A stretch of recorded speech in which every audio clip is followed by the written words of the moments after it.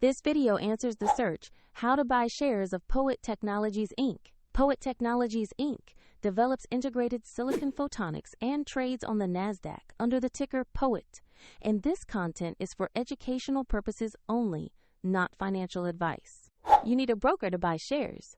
We use eToro as an example to show the process. After registering, you must verify your account, usually with an identity document, and add funds before placing a purchase. Use the platform search bar and type the ticker POET to find the company listing. Confirm you select the POET entry that shows NASDAQ as the exchange to locate the correct stock. On the asset page review, the company overview, and the price chart to verify it matches POET Technologies Inc. Check instrument details, market hours, and the official listing to confirm this is the right stock. Click Buy or Invest.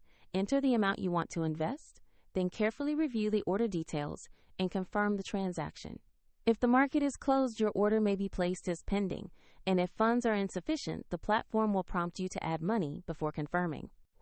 After execution, your POET position will appear in your portfolio where you can monitor it. Find the example link to eToro in the description if you want to follow the demonstrated steps on that platform.